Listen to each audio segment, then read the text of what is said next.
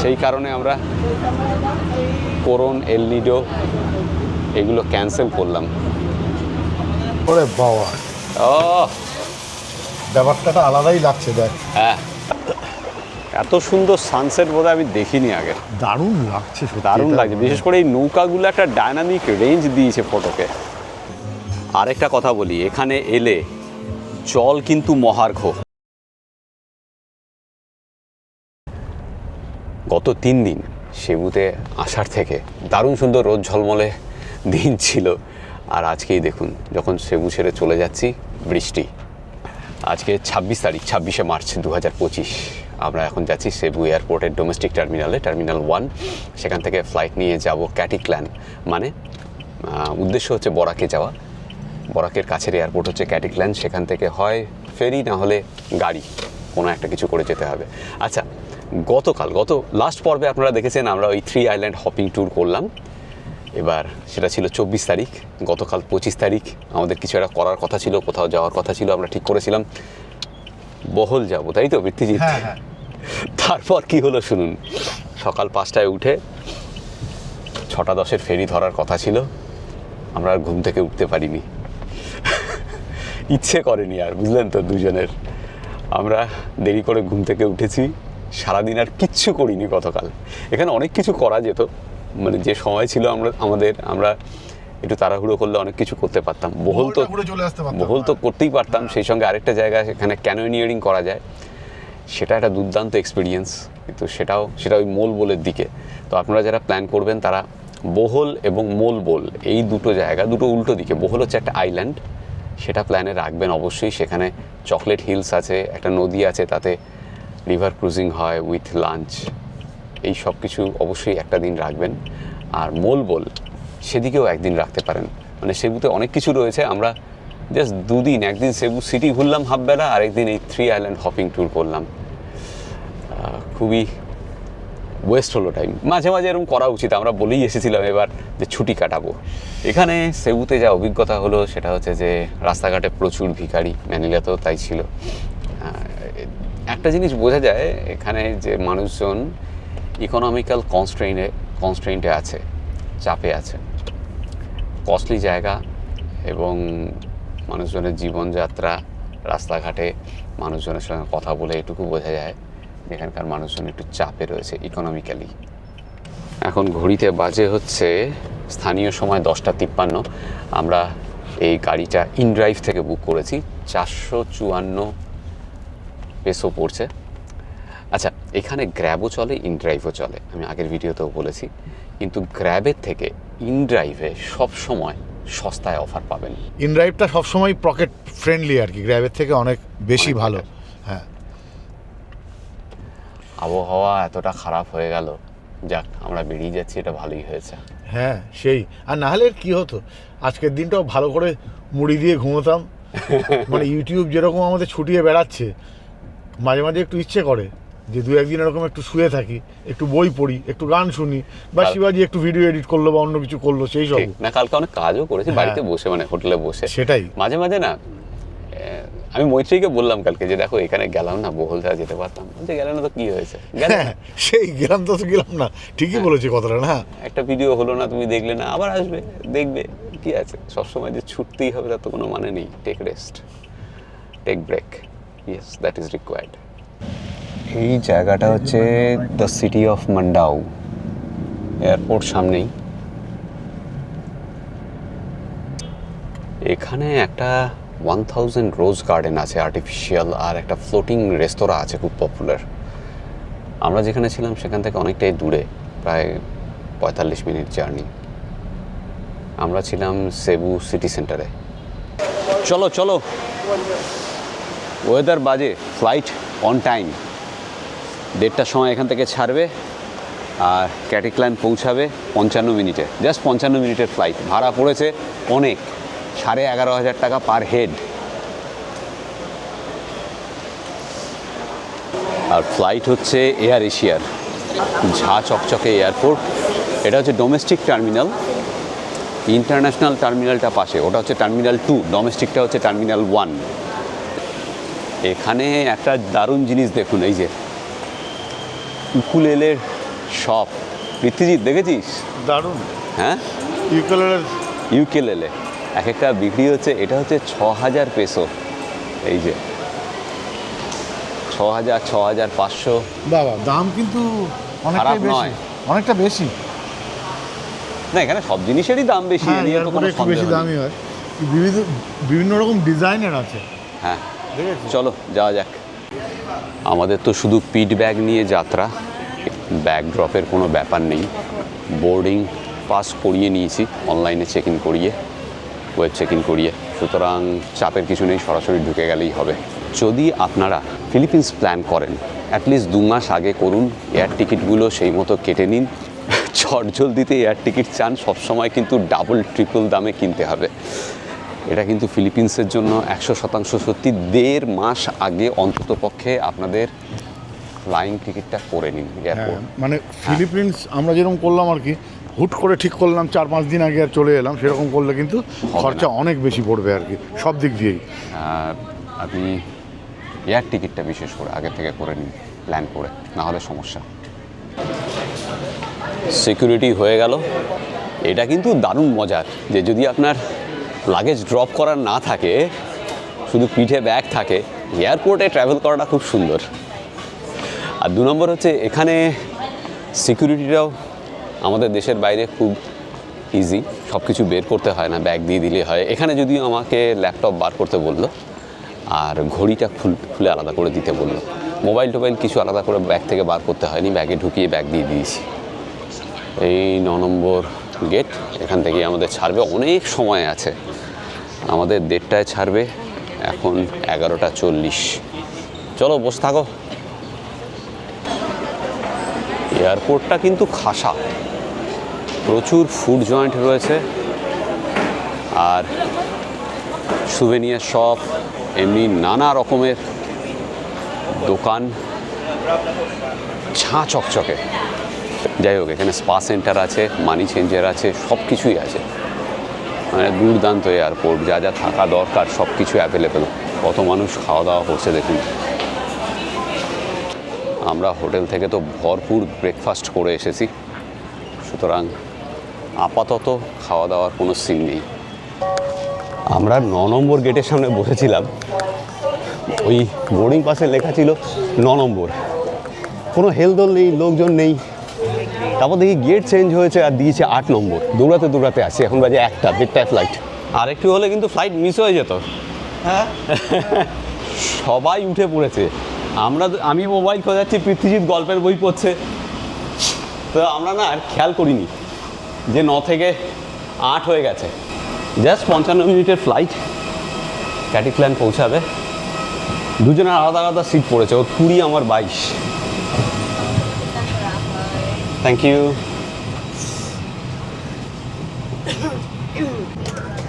মাঝের সিটগুলো খালি আছে, পৃথ্বীজিৎ পেছনে 22 নম্বর সিটে। আচ্ছা, মাঝে যে এক্সিট ডোরের রোগুলো, 2টো রো, এটা খালি ছিল। 12 আর 14 দুজন বসেছিল। তো আমি এসে বললাম আমি এখানে বসতে চাই, জানলার পাশের এই সিটটা খালি ছিল, তো অ্যালাউ করলো। তো এই এক্সিট রোতে কী হয়, আপনাকে নিজের কাছে কোনো রকম কোনো ব্যাগ বা মালপত্র রাখতে পারবেন না, আপনাকে সব কিছু ওপরে তুলে দিতে হবে। ছোটো যদি হ্যান্ডব্যাগ থাকে সেটাও ওপরে তুলে দিতে হবে। এমার্জেন্সি যদি কিছু হয় তাহলে এখানে যে বসে থাকবে তার দায়িত্ব হচ্ছে এই সিটটাকে ওপেন করা। সেই ব্যাপারে ইনস্ট্রাকশনও দিয়ে দেন এয়ার হোস্টেসরা। তো যাই হোক, জানলার পাশে সিট পেয়েছি, আপনাদের নিচেটা দেখাতে পারবো।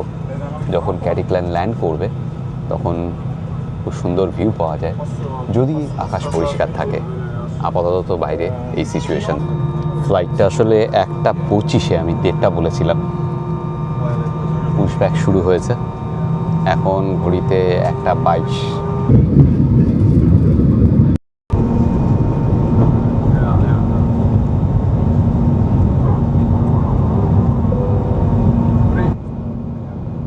একটা 33 ফ্লাই করলাম। পাইলট বলছে 40 মিনিটের ফ্লাইট, মানে এই জাস্ট দেখতে দেখতেই পৌঁছে যাব। তবে আমাদের সবচেয়ে ছোট ফ্লাইট ছিল কাঠমান্ডু থেকে জনকপুর, 25 মিনিটের। দারুণ লাগছে নিচেটা।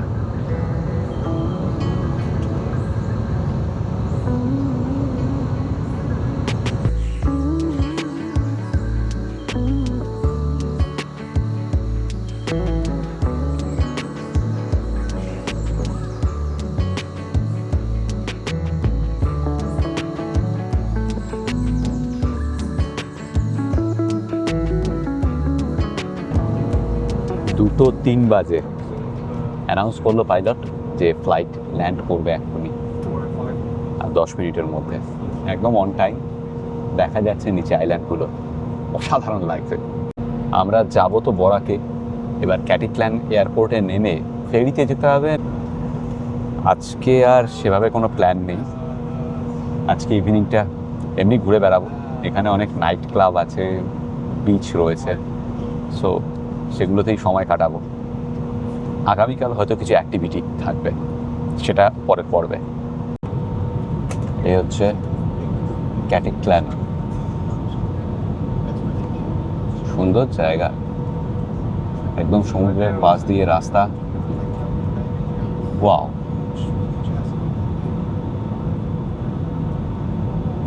মনে হচ্ছে সাগরে নামছি।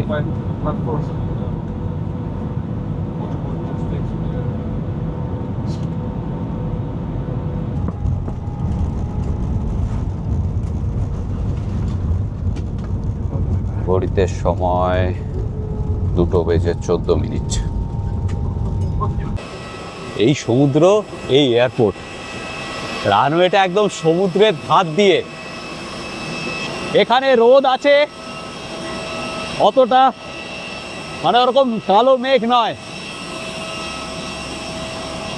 দেখতেই পাচ্ছেন দারুণ সুন্দর আবহাওয়া এখানে।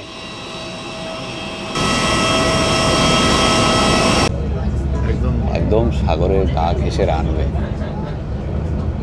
বেশ চাপের কিন্তু এখানে ল্যান্ড করানো, একটু এদিক ওদিক হলেই যখন নামছিল তখন মনে হচ্ছিল যে মানে সমুদ্রেই নামছে। হুট করে আইল্যান্ডটা শুরু হলো। ফিলিপিন্সে মোটামুটি 3টে ক্যারিয়ার আছে, এয়ার এশিয়া, সেবু প্যাসিফিক, আর হচ্ছে ফিলিপিন্স এয়ারলাইন্স। আরেকটা এয়ারওয়েজ আছে বোধহয় একটা। আচ্ছা বোধহয়, হ্যাঁ, ফিলিপিন্স এয়ারলাইন্স, ওটাই। এটা হচ্ছে সেবু প্যাসিফিকের, এই হলুদ রঙের, হলুদ নীল কালার, এটা হচ্ছে সেবু প্যাসিফিক।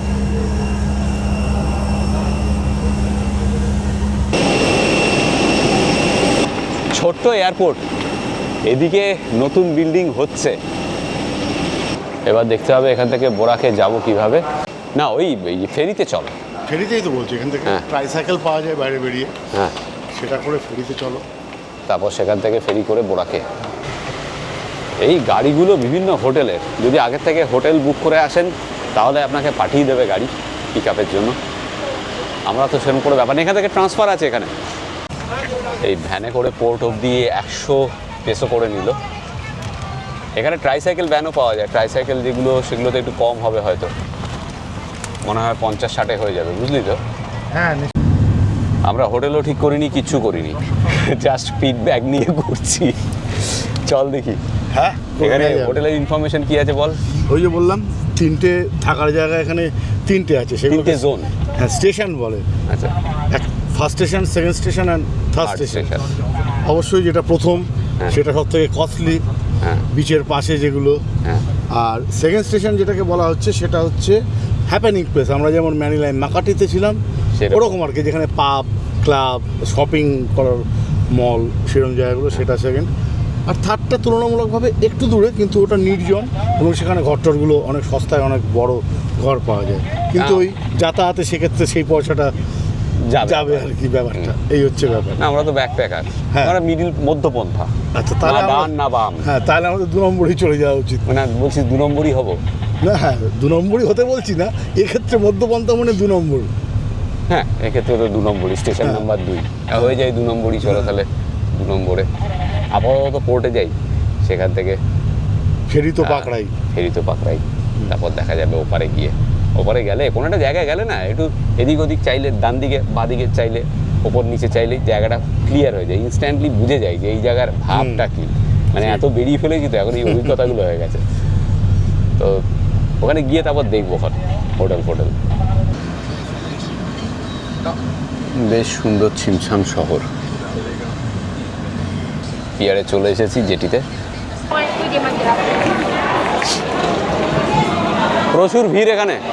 ওই যে কি এখানে রেজিস্টার করতে হবে, দাঁড়া। রেজিস্টার? ওকে, এ আবার অনলাইনে রেজিস্টার করতে হবে। আমরা ভেবেছিলাম এটা আর এখন করা হয় না 2024 হ্যাঁ আমি পড়লাম সেটা লেখা আছে। সালে এটা 24 সালের একটা এন্ট্রি দেখেছিলাম রেজিস্টার করতে হয় বোরাকেতে এলে অনলাইনে। যাই হোক করে ফেলছি, কোনো চাপ নেই। এখানে হেল্প ডেস্ক রয়েছে রেজিস্ট্রেশনের। এখানে প্রত্যেক জায়গাতেই এই জিনিসটা আছে। আমরা যখন প্রথম ল্যান্ড করলাম ম্যানিলাতে, সেখানেও হেল্প ডেস্ক ছিল অনলাইন রেজিস্ট্রেশনের, ই রেজিস্ট্রেশনের। ভিসা ফ্রি, কিন্তু এই রেজিস্ট্রেশনটা অনেক জায়গায় প্রয়োজন, বোরাকেতেও প্রয়োজন। আচ্ছা এখানে কি কি আছে দেখুন। সার্ভিস ফি হচ্ছে 70 পেসো দুজনের, যাই হচ্ছে দুজনের, মানে 35 পেসো করে পার হেড। এনভায়রনমেন্টাল ফিটা সাংঘাতিক, 600 পেসো মানে 300 পেসো করে পার হেড। টার্মিনাল ফি 150 পেসো, দুজনের 300। বোট ফি হচ্ছে 150 পেসো করে। টোটাল আমাদের দিতে হচ্ছে রেজিস্ট্রেশনে 1070 পেসো।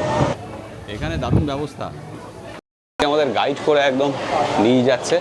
রেজিস্ট্রেশনটাও গাইড করে হলেও, তারপরে এই ভেতরে ঢুকে কোন উইন্ডোতে টাকা দেবো সেটা গাইড করে হলো, তারপরে এই মেয়েটি আমাদেরকে নিয়ে যাচ্ছে এখন টার্মিনাল অবধি। ব্যবস্থা কিন্তু দারুণ সুন্দর। এই যে 70 পেসো নিয়েছে সার্ভিস ফি, এই সার্ভিসটা দিচ্ছে। হ্যাসেল ফ্রি ব্যবস্থা আর কি, কোনো অসুবিধা নেই। রেজিস্ট্রেশন না করে আসলেও যে অনেকক্ষণ দাঁড়াতে হলো তা না, সব সেট করে হয়ে গেল, অর্গানাইজড করে ব্যাপারটা। এবং ভেবে দেখ এই যে জিনিসটা আমাদের ওখানে কিন্তু স্থানীয় ছেলেমেয়েদের এই ব্যাপারে নিয়োগ করতে পারে। হ্যাঁ হ্যাঁ, যদি ঠিক। এবার ওই মেয়েটি গেল আমাদের সিট নাম্বার জোগাড় করতে আর বোট নাম্বার জোগাড় করতে। এটা একদম ভেতরে চলে এসেছি আমরা। ও এখানে ক্যাফে এবং স্মোকিং লাউঞ্জও রয়েছে ভেতরে, দারুণ ব্যাপার। Okay, thank you so much. Thank you very much. So much, bye. আমাদের বোট নাম্বার হচ্ছে, বোট হচ্ছে বার্সাবা 2। এই যে এই বোটটা জাস্ট 10 মিনিট লাগবে। হ্যাঁ 49 জন ধরতে পারে। ফাটাফাটি লাগছে ভাই, দেখ কি লাগছে। দারুণ দারুণ, হ্যাঁ দারুণ। জাস্ট 10 মিনিটের ফেরি, তার জন্য কত সুন্দর সিস্টেমেটিক একটা ব্যাপার। এই যদি আমাদের ওখানে হতো ভাই, লাভ দিয়ে ফেরি ঘাটে লাগতো, লাভ দিয়ে ওঠ। সিট নাম্বার হচ্ছে 32-33, সিট নাম্বার এই দুটো। হ্যাঁ আচ্ছা ফেরার সময় কিন্তু এত টাকা লাগবে না। এই এনভায়রনমেন্টাল ফি, তারপর আরও যা নিয়েছে সার্ভিস চার্জ, ওগুলো না, সার্ভিস চার্জটা লাগবে। আর শুধু ফেরি চার্জ 170 পিসও, ওটাই দিতে হবে দুজনের। দ্যাটস ইট, বুঝছিস তো? ফেরার সময় আর এনভায়রনমেন্টাল ফিটা লাগবে না। হ্যাঁ, সে তো ওই অবশ্যই। কিউআর কোডটা রেখে দিতে হবে। আমি যে এখানে রেজিস্ট্রেশন করিয়েছি, এনভায়রনমেন্টাল ফিটা দিয়েছি, সেটার প্রমাণ হচ্ছে ওই কিউআর কোডটা, রেজিস্ট্রেশনের এগেনস্টে যেটা জেনারেট হয়েছে। ফেরার সময় ওটা দেখালেই হবে, আমাদের দিয়ে দেবে শুধুমাত্র 170 পিসতে টিকিট। ওঠার ঠিক 5 মিনিটের মধ্যেই ছেড়ে দিল। এখন 3:04 বাজে লোকাল টাইম। দিয়ে দাও, মামা এসেছে। ছোটবেলায় আমাদের এই মামা কথাটা কিন্তু ব্যাপক পপুলার ছিল না? হ্যাঁ হ্যাঁ, এবং এখনও বাংলাদেশ গেলে দেখবি ওরা সবাইকেই মামা বলে আর কি, যে যাকে পাচ্ছে মামা বলে ডাকছে। মানে মামার আর কোনো মান ইজ্জত থাকলো না রে ভাই। মামার কোনো মান ইজ্জত, তুইও তো একটা মামা। হ্যাঁ হ্যাঁ, তাহলে বোঝ সেই মামা শব্দটাকে কোন জায়গায় নিয়ে চলে গেছে। পুলিশকে বলে মামা, রিক্সাওয়ালাকে বলে মামা, টিকিট চেকারকে মামা, মামা বললেই হলো। বাদ নেই আর। দেখেন, থ্যাংক ইউ। অসাধারণ, কি লাগছে, কি লাগছে দেখুন।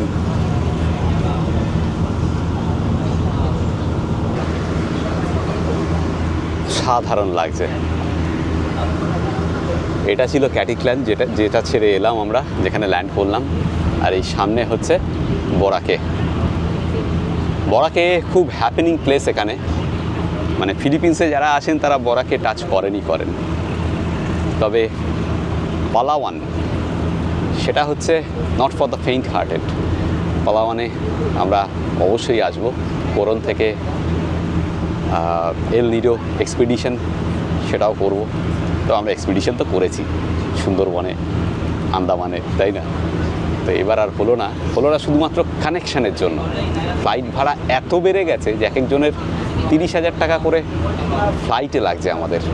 সেই কারণে আমরা কোরন, এল নিডো এগুলো ক্যান্সেল করলাম, চলে এলাম বোরাকে। এই জেটিটার নাম হচ্ছে কাকবান। ও ফাটাফাটি জায়গা ভাই, ছুটি কাটানোর জন্য আদর্শ জায়গা, কোনো কথা নেই।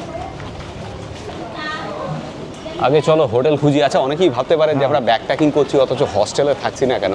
তার কারণ হচ্ছে আমাদের কাছে একটুখানি হলেও নিরাপত্তাটা হ্যাঁ, বিগ কোশ্চেন মার্ক।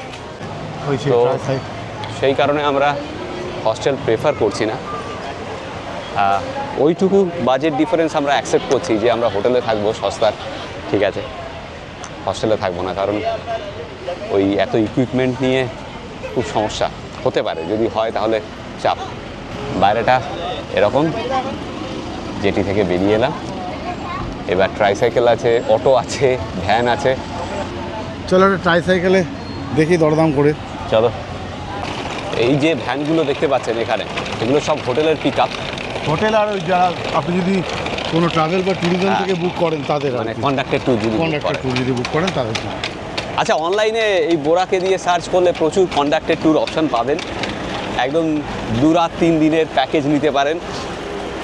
অনলাইনে যে কোনো অ্যাপে বোরাকের হোটেল সার্চ করতে পারেন। বেস্ট হচ্ছে গুগলে সার্চ করুন, জায়গা দেখে গুগল ম্যাপ দেখে হোটেল সিলেক্ট করুন। আমি দেখিয়েছিলাম আন্দামানের সিরিজের, লাস্ট আন্দামান সিরিজের যেটা অ্যাডভেঞ্চার, তার শেষ পর্বে কীভাবে গুগল থেকে হোটেল বার করবেন।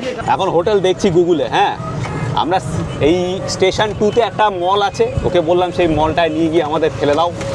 তারপর আমরা মলে বসে 1 কাপ কফি খেতে খেতে ফাইনাল করবো কোথায় থাকবো। হেভি ঘুরছি ভাই, এরকম আগে কখনো ঘুরি। হ্যাঁ, মজা লাগছে, হেভি মজা আসছে। আমার ছেলেরা মজা লাগছে বলে না, বলে মজা আসছে, তাই বললাম আর যাই হোক। এই যে একটা কথা বলি, দেখুন, মানে আপনারা আবার বলবেন যে দেশের দুর্নাম করছি, একটা প্রেজেন্টেবল ব্যাপার থাকে। তো এখানে দেখুন সারা পৃথিবী থেকে ট্যুরিস্ট আসছে। এই যে যিনি অটো চালাচ্ছেন তার গায়ে দেখুন সুন্দর একটা টি শার্ট রয়েছে, এবং সব অটো চালকের একই টি শার্ট। হ্যাঁ, এবং নাম লেখা, নাম্বার লেখা। শুধু তাই না, জেটিতে যারা কাজ করছেন সিকিউরিটি, তাদের ওই একই ড্রেস, এবং জেটিতে যারা অ্যাসিস্ট্যান্ট হিসেবে আছেন তাদেরও তাই। সব জায়গায় কি সুন্দর একটা প্রেজেন্টেবল ব্যাপার, একটা কি সুন্দর দৃষ্টিনন্দন সামঞ্জস্যপূর্ণ ইনফরমেটিভ প্রেজেন্টেশন। এটা আমাদের ওখানে কেউ ভাবে না। মাথা থাকলেও না, আমরা আমাদের মাথা অনেক বাজে কাজে নিয়োগ করি, মানে কেউ ভাবে না এসব। লোকজন বাইরে থেকে এসে এসব দেখে না খুব ইমপ্রেস হয়। এটা কিন্তু আমরাও হচ্ছি ইমপ্রেস, যে কত সুন্দর সব কিছু চারদিকে। এই জায়গাটা হচ্ছে স্টেশন 3। আচ্ছা, স্টেশন 3টা হচ্ছে জেটির থেকে সামনে, মানে সবার আগে পড়বে স্টেশন 3, তারপর 2, তারপর 1। এই হচ্ছে স্টেশন নাম্বার 2। ঝকঝকে তকতকে দারুণ ব্যাপার। হ্যাঁ হ্যাঁ, এই দেখো ছবির মতো। আরেকটা পার্থক্য দেখলি শিবাজি, কি বল? এই যদি আমাদের ওখানে ধর কোনো ট্যুরিস্ট স্পটে গিয়ে আমরা একটা অটো ভাড়া করতাম, হ্যাঁ, আর হোটেলের কথা বলতাম, হ্যাঁ, তারা কিন্তু আমাদেরকে নিজেদের পছন্দ মতো একটা হোটেলে নিয়ে যেত কমিশনের জন্য। ও কিন্তু সেটা করলো না, ও নিজের যেখানে ড্রপ করার করে বললো এদিকে এই হোটেল বলতে, আছে, হ্যাঁ, অনেক হোটেল আছে, তোমরা তোমাদের পছন্দ মতো খুঁজে নাও। খুঁজে নাও। এবং আরও একটা কথা, কালকে সকালে ও বললো তোমরা এখানে ট্যুর করবে। এখন হ্যাঁ করবো। তো 3 ঘন্টার ট্যুর আছে, 1500 পেসো। তো এবার এটা কিন্তু ফিক্সড, মানে ঘন্টায় 500 পেসো। ঘন্টায় 500 পেসো। যে কোনো অটোতে যদি আমি কথা বলি একই দাম বলবে সবাই। এই ব্যাপারগুলো খুব ঠিকঠাক আমার মনে হয়। যাই হোক, এই গলিতে গেলে হয়তো হোটেল পাওয়া যাবে। চলো যাওয়া যাক। চলো, কিন্তু তার আগে একটু কফি খেয়ে নিই। চলো। হ্যাঁ, ফাটাফাটি জায়গা, নো ডাউট। একটা সি ফুড রেস্তোরাঁ, সামনে সস্তার রেস্তোরাঁও রয়েছে, মাছ বিক্রি হচ্ছে, ফল, গ্রসারিজ। একটা ব্যাপক ঠিকঠাক জায়গায় ঢুকলাম, মনে হয় খাবার ভালোই হবে।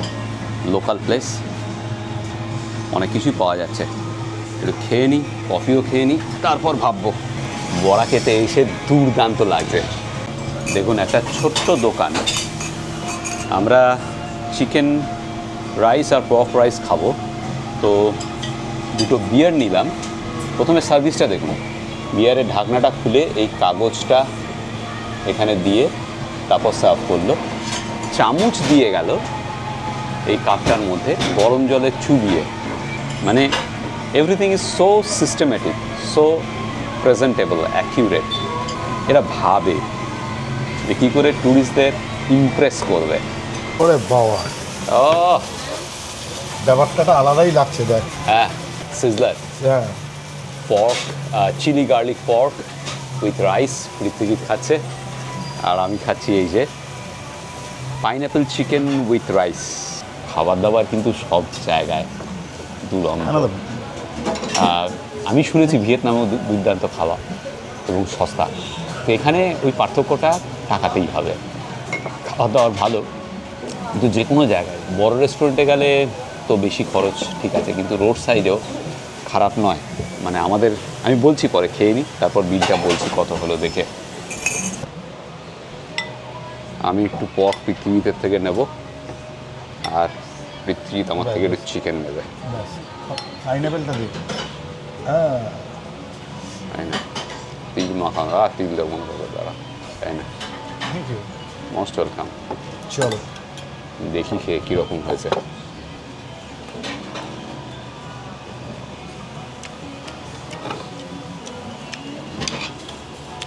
পাইনঅ্যাপেলটা পাকা না, একটু কাঁচা পাইনঅ্যাপেল দেখ পৃথিবী। তাই? হ্যাঁ,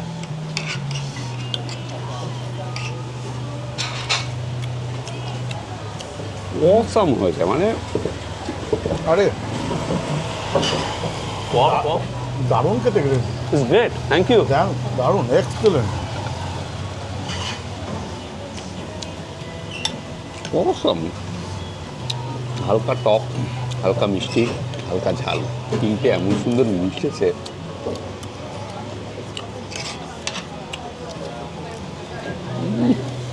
সঙ্গে একটু পাইনঅ্যাপেল তো আছেই, সঙ্গে একটু গাজরও আছে।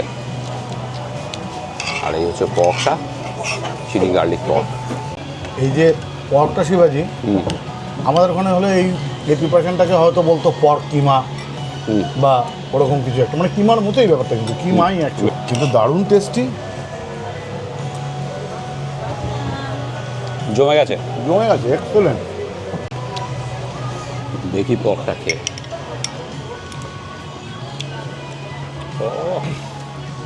দারুণ না? অসাম রেজোনেন্স হচ্ছে টেস্টে। মানে খাবার দাবার যেগুলো খাচ্ছি আর কি, হুম। বলা যায় যে এগুলো আমাদের টেস্ট বারটাকে প্যাম্পার করছে। দারুণ। আপনি যদি ম্যাপটা দেখেন তাহলে দেখতে পাবেন যে এই বরাকে, এই আইল্যান্ডটা একটা আয়তাকার আইল্যান্ড। এই 2 নম্বর স্টেশনটা ঠিক মাঝামাঝি জায়গায়, মানে দুদিকেই। এদিকে যদি যাই আমরা সোজা তাহলেও বিচ পাবো, ওপাশে গেলেও পাবো। আর এই দিকে গেলে বালাবাগ বলে একটা জায়গা আছে। দিকে গিয়ে একটা হোটেল আছে দেখছি, নামটা আবার ভারতীয়, অরোরা ইন। বিচ পার্টি হয়, হ্যাঁ, এখানে বিচ পার্টি টাটিগুলো সব এখানে হয় আর কি। আচ্ছা। এদিকে কিন্তু দারুণ সুন্দর সানসেট দেখা যাবে। হ্যাঁ, দারুণ দেখা যাবে। ওয়াও, খাসা জায়গা। আন্দামানে যে খাসা জায়গা। নির্জন দ্বীপে ছিলাম সেটা একরকম ভাইবস ছিল, আর এটা আরেক রকম। একদমই তাই। অনেক দৌড়াদৌড়ি করে। Are you vlogger, sir? Yes I am. Oh. এই ঘরটা পেলাম অনেক দৌড়াদৌড়ি করে 6000 পেসোতে। 4 দিনের জন্য 6000, মানে 1500 পেসো পার ডে। এই হচ্ছে ওয়াশরুম, মোটামুটি ক্লিন, সব ঠিকই আছে। এই দেখুন, এই যে জায়গাটা, এটা ঢুকে এসেছে সমুদ্রের পাড় থেকে সোজাসুজি। দুদিকে হোটেল, তার মধ্যে এই ডান দিকে, আমার ডান দিকে একটা হোটেলে আমরা রয়েছি।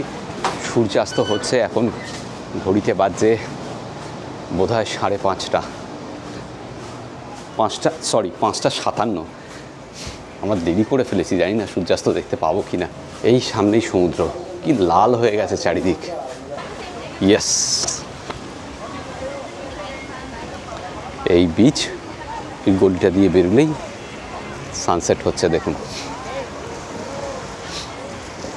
কি অসাধারণ লাগছে না। এই বিচের মধ্যে প্রচুর নারকেল গাছ, আর এইদিকে বিচের ধারে অসংখ্য দোকান, পর পর পর পর, বেশিরভাগই রেস্তোরাঁ, ক্যাফে। জলের কালারটা যদি সামনে থেকে দেখাই তাহলে বুঝতে পারবেন, সবুজ শ্যাওলা রয়েছে। আহা, কি যা। দৃশ্য! দৃশ্য তো ভালো, কিন্তু সূর্য তো ডুবে গেল মেঘের আড়ালে, হ্যাঁ, আর একটু বেরুবে নিচে। নিশ্চয়ই, কিন্তু সেটাও কিন্তু দারুণ লাগছে। দারুণ লাগছে। এই যে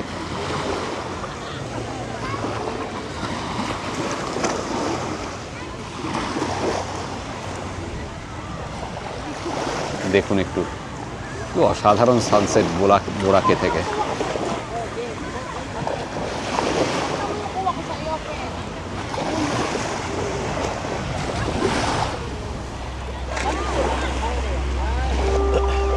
এত সুন্দর সানসেট বোধহয় আমি দেখিনি আগে। দারুণ লাগছে, সত্যি দারুণ এটা। লাগছে, বিশেষ করে এই নৌকাগুলো একটা ডায়নামিক রেঞ্জ দিয়েছে ফটোকে।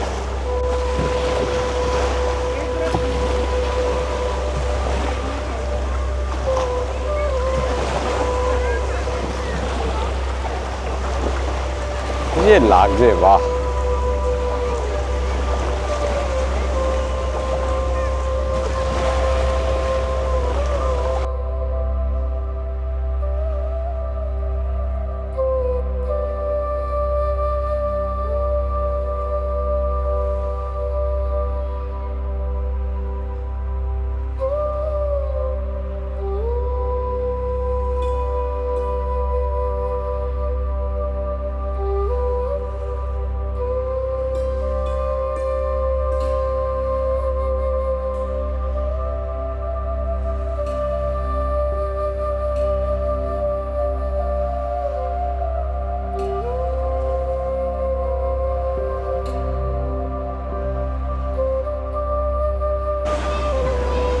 আস্তে আস্তে সন্ধে নামছে, এখানে আলো জ্বলে উঠেছে দোকানগুলোতে। এখানে অনেক কিছু করা যায়। একটা হচ্ছে ল্যান্ড ট্যুর, বিচগুলোতে নিয়ে যাবে ওই ট্রাইসাইকেল করে। তাতে যে ট্রাইসাইকেলটা করে আমরা এলাম ও চাইছে 1,500 পেসো, মানে পার আওয়ার 500 পেসো করে 1,500 পেসো। সকাল 7টায় কালকে নিয়ে যাবে বলছে, যদি আমরা কনফার্ম করি। আর 10টায় ফিরিয়ে দেবে আবার এখানে। আরেকটা হচ্ছে এখানে পার্টি ট্যুর হয় এই বোট করে, তাতে বিকেলবেলা 3টায় বেরোয় 6:30 অবধি একটা পার্টি ট্যুর হয়। আরেকটা হচ্ছে আইল্যান্ড হপিং ট্যুর। আচ্ছা, পার্টি ট্যুরটা পার হেড মোটামুটিভাবে ওই 1,000 পেসো করে খরচা, তাতে ফিঙ্গার ফুড আর বিয়ার এইসব থাকে। আরেকটা হচ্ছে island hopping tour. Island hopping tour হচ্ছে 900 টাকা দরাদরি করলে, টাকা বলছি পেসো, 900 পেসো দরাদরি করলে মোটামুটি ওই 750-800 পেসোতে পাওয়া যাবে। কয়েকটা আইল্যান্ডে নিয়ে যাও উইথ লাঞ্চ। দেখা যাক, আমরা এখনও প্ল্যান করিনি, 4 দিন থাকবো এখানেই। এপ্রিলের ফার্স্ট উইক থেকে এখানে বোধহয় কোনো ফেস্টিভ্যাল আছে, তখন কিন্তু এখানে হোটেলের ভাড়া আরও বেড়ে যাবে এবং আরও ভিড় হবে। স্থানীয় লোকেরা প্রচুর পরিমাণে আসবে তখন। এখনও এখানে স্থানীয়দের ভিড় বেশি, মানে ফিলিপিনোদের ভিড় বেশি।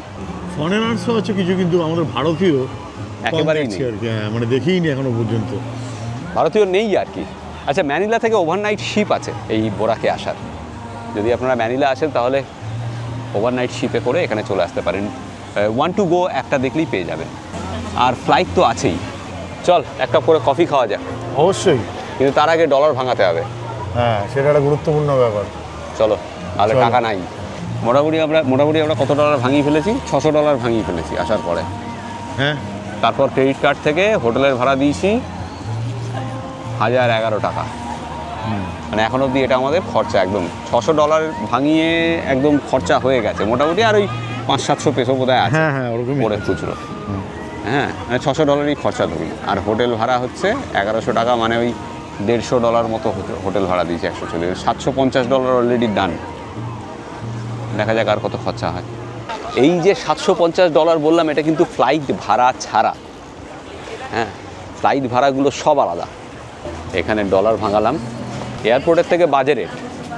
মানে এখানে 59.3, এয়ারপোর্টে ছিল 59.6 নাকি? 6 এই একমাত্র জায়গা যেখানে দেখছি এয়ারপোর্টে বেটার রেট দেয়, তাই না পৃথ্বীজিৎ? হ্যাঁ, বলছি কি দারুণ প্রাণোচ্ছল একটা জায়গা। দারুণ দারুণ দারুণ, সত্যিই দারুণ জায়গা। এখানে আবার অনেক ফরেনার দেখতে পাচ্ছি। সবাই ডিনার শুরু করে দিয়েছে, এখন বাজছে 6:15। সেটাই নিয়ম আর কি, মানে বাইরের দেশে তাই করে সবাই। এইখানে ব্লুবেরি চিজ কেকটা দিয়ে আর দেখে আর লোভ সামলাতে পারলাম না।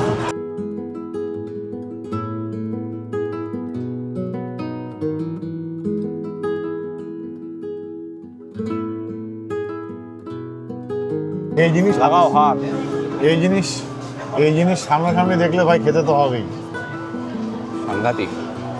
ব্লুবেরি চিজ কেক আমার খুব ফেভারিট জিনিস, অসম্ভব ফেভারিট। কেমন? যতবারই খেয়েছি ততবারই দারুণ লেগেছে, এবারও দারুণ লাগছে, ঠিক। অসাধারণ।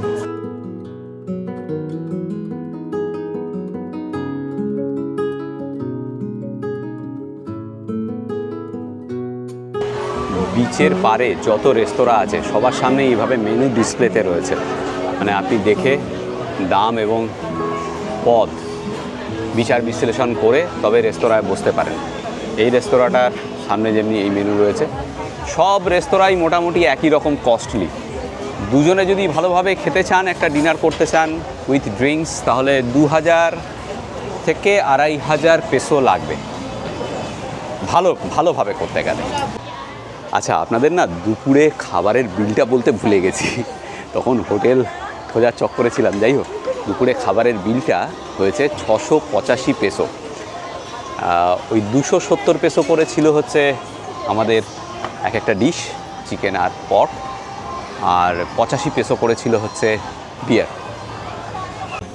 আরেকটা কথা বলি, এখানে এলে জল কিন্তু মহার্ঘ। আমাদের হোটেলে জল দেবে না, বললো কিনে নাও। এই জলের বোতল বিচের পাড়ে কিনতে গেলে 100 পেসো, আর এই বড় বোতল এখানে পাওয়া যাচ্ছে। একটু ঢুকে এলাম, যে মার্কেট দিয়ে ঢুকেছিলাম সেখানে, এখানে অনেক সস্তা। বিচের পাড়ে একদম কিনবেন না। এখানে এই বড় বোতল 6.6 লিটার নিচ্ছে 90 পেসো, আর 1 লিটার হচ্ছে 30 পেসো। বিচের পাড়ে এই 1 লিটারই হচ্ছে 100 পেসো।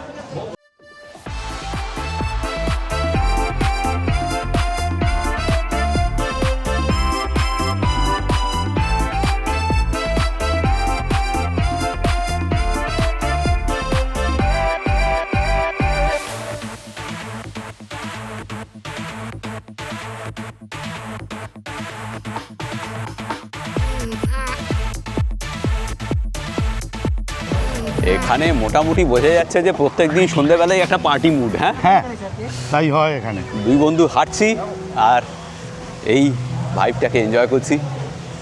দারুণ সুন্দর একটা সন্ধে কাটছে।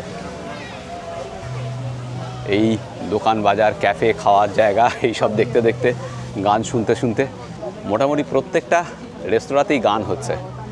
যাই হোক, এখন ঘড়িতে কটা বাজে রে? দেখ 7:30। আমরা আজকে ডিনারটা ভাবছি হালকা করে করব, মানে ঘরে কলা আছে, আপেল আছে, বিস্কুট আছে সঙ্গে, ওগুলো দিয়ে ডিনার করে নেবো, আর বাইরে কিছু খাবো না।